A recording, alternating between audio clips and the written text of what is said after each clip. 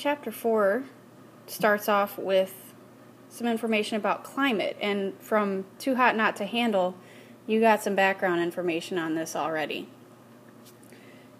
They used some time in that video to tell us the difference between weather and climate. Weather is day to day, and then climate is the average conditions over long periods of time. So it's more year after year instead of day to day. It's interesting because climate is really uniform even within a region. There's different sub-areas called microclimates, different environmental conditions within a large area.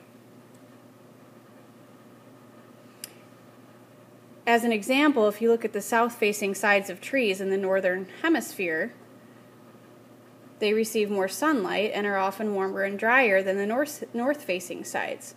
That's where you see lichen start growing on the north-facing sides, away from the sun, and that's oftentimes, if people don't have a compass, they can look for lichen on trees and determine north.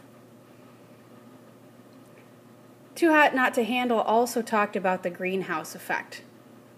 Just reinforce that concept and how it goes. Solar energy comes from the sun, obviously, strikes Earth's surface. Some of it is reflected back into space, and some is absorbed and converted into heat.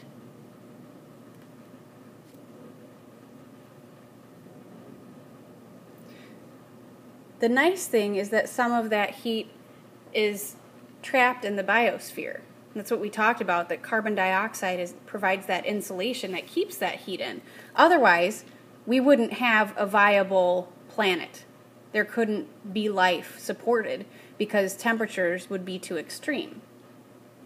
So the greenhouse gases create a balance that determines Earth's average temperature, and that it's a moderate average.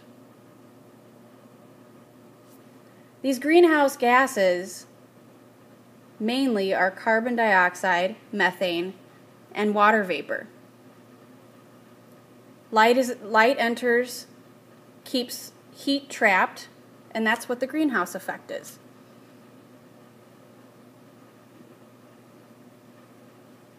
If the concentrations rise, they trap more heat, so the Earth warms up.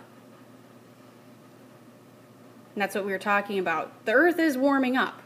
We don't know if, because we're adding extra carbon dioxide into the atmosphere, it's warming up faster than when we've come out of previous ice ages. If their concentrations fall, more heat escapes and Earth will cool off. So without the greenhouse effect, on average, the Earth would be about 30 degrees Celsius cooler than it is today. And again, we're not talking about day-to-day temperature, we're talking about average. So if you think in terms of what we heard in the video, that a fever of 1 or 2 degrees causes serious symptoms and serious problems in the human body in terms of homeostasis, 30 degrees is a huge jump. And that would not be a viable climate for most organisms. Near the equator, which is the middle part of the Earth, the widest part of the Earth, right here, 0 degrees. That's where the sun is the most intense. The sun is almost directly overhead at noon all year. That's why they're so warm. Solar energy gets spread out over a much larger area near the poles than near the equator. You can see the differences here.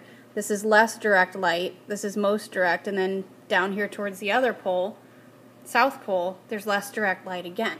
So because the sunlight isn't as direct, there's not as much warming going on.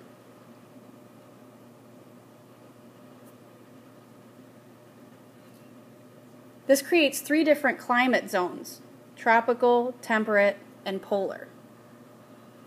And that's what you see right here. Tropical is right there in the middle, on either side of the equator.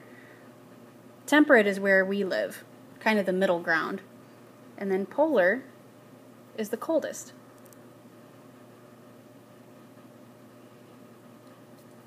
Like we said before, the tropical zone around the equator receives nearly direct sunlight all year. Like I said before, the temperate zone's where we live, kind of in the middle. And then the polar zones are at the North Pole and South Pole.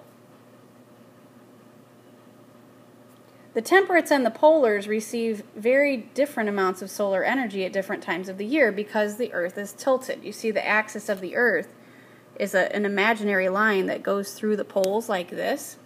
It's tilted. So as the Earth revolves around, solar radiation strikes different regions at angles that vary from summer to winter. During winter, which we're coming out of now in the temperate and polar zones, the sun is lower, days are shorter, solar energy is less intense. Now, the interesting thing is we're closest here in the northern hemisphere. The Earth is closest to the sun in the winter. So you'd think, well, that'd be warmer. But the Earth itself is closest, but we're tipped away from the sun. So that's why we get the cooling. The unequal distribution of heat creates wind and ocean currents, and these transport heat and moisture. So what happens is warm air is less dense and it rises. Cool air is more dense and it sinks. So where the warm air rises, it leaves this space, and the cool air slides in underneath. Air is heated.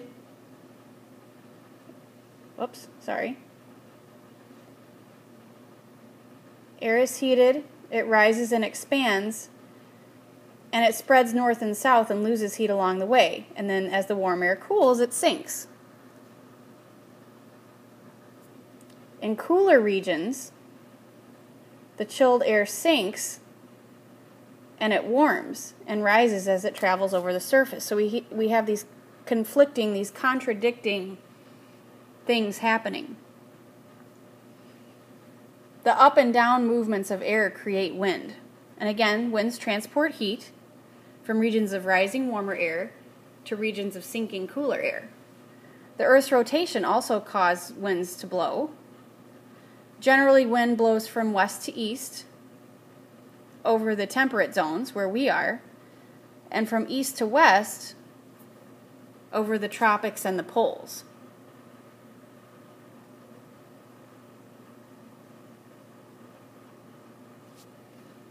This also happens in bodies of water. Heating and cooling occur in the same way in the oceans.